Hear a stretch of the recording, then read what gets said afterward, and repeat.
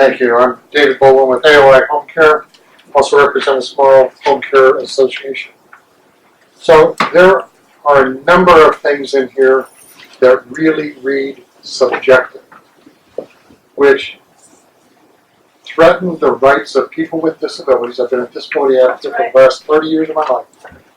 And some of these could affect me as a person with several disabilities and a senior who meets the definition of quote-unquote an at-risk adult. I have rights. I have the rights to choose to do whatever I want with my life because I have those rights. You have to be judged incompetent by a court of law to take away those rights of people with disabilities. People, we all of us in here make bad decisions in our life. We have since we were born, So how do we learn? We learn from bad decisions. This was good. But I can't have a statute take away the rights of people with disabilities who may choose to say, well, I know I've got a wound. I don't want to be treated because I don't want to go through the treatment. That is their right to choose and to refuse medical treatment.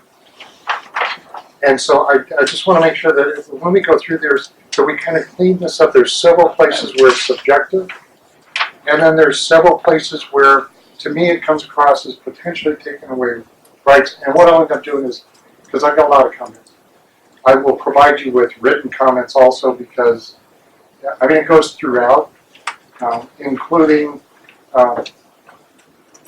this. I like the idea of having a timeline for doing a second CAPS check, because if 1 week something happens, I decide I'm not going to hire this person, but the next week I had somebody else leave or get sick, and I need to hire somebody, and I had a good CAPS check come back.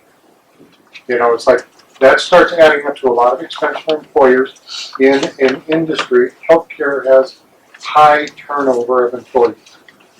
So it can add up to a tremendous amount of money. And then also where you have to use some governing entity to do a CAPS check. So for a family PASA who maybe that family member also is an employee of the PASA, who is the person, who is the entity? So is this, we're going to add a requirement to a case management agency that doesn't get paid for this to do a CAPS check. So we have to look at the wording of that because there may be no oversight entity. Okay? Thank you. Thank you. And we really appreciate with the written comments. That's really With helpful. some specifics. Yeah. I have a lot. Great. Thank you. Thank you, Dave.